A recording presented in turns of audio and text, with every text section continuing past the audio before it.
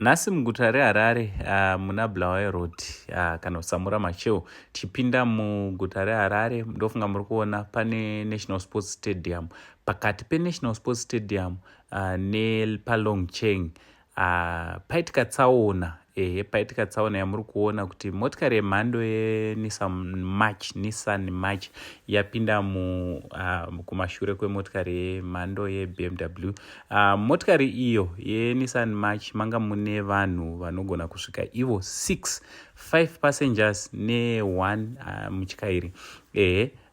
Kotiwo motikari yemhando yeBMW manga mune mutyairi bedzi wechidzimai. So zvaitika ndezvekuti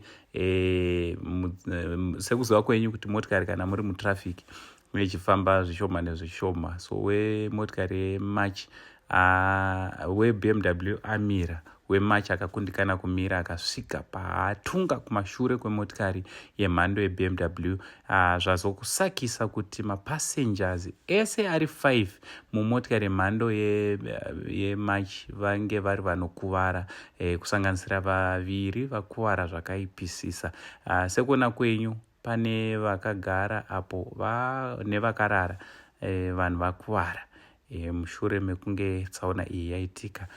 Pane mwana wasikana anga achitoendawo zvakare kuchikoro anga ari mumotikari iyi, mwana anodzidza iye pachikoro Queen Elizabeth,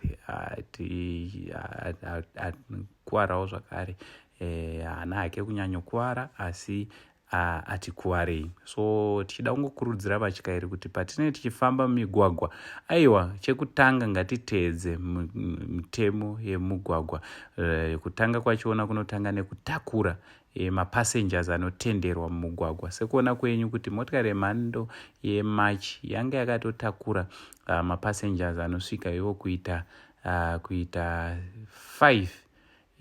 Vanga mune vanhu 5 motikari yamuri kuona imomo, 1 pamberi ne4 kumashure vakaita kutsukinyidzana. Ndofunga munosichizvoona mumigwagwa, vanhu kana vachienda kumabasa kana kubva mumabasa zvinoitika izvozvo. Asi tichida kukurudzira vatyairi kuti aiwa, ngatisatakurei vanhu vakawandisa, nekuti tarirai motikari iyo vanhu vese vari 5 vatozosvika pakuvara, kusanganisa namukoma wakagarapo ane leather jacket. Mukoma avo vanga vari motikari iyoyo, vese vamuri kuona vakagara apo vanga vari motikari iyoyo.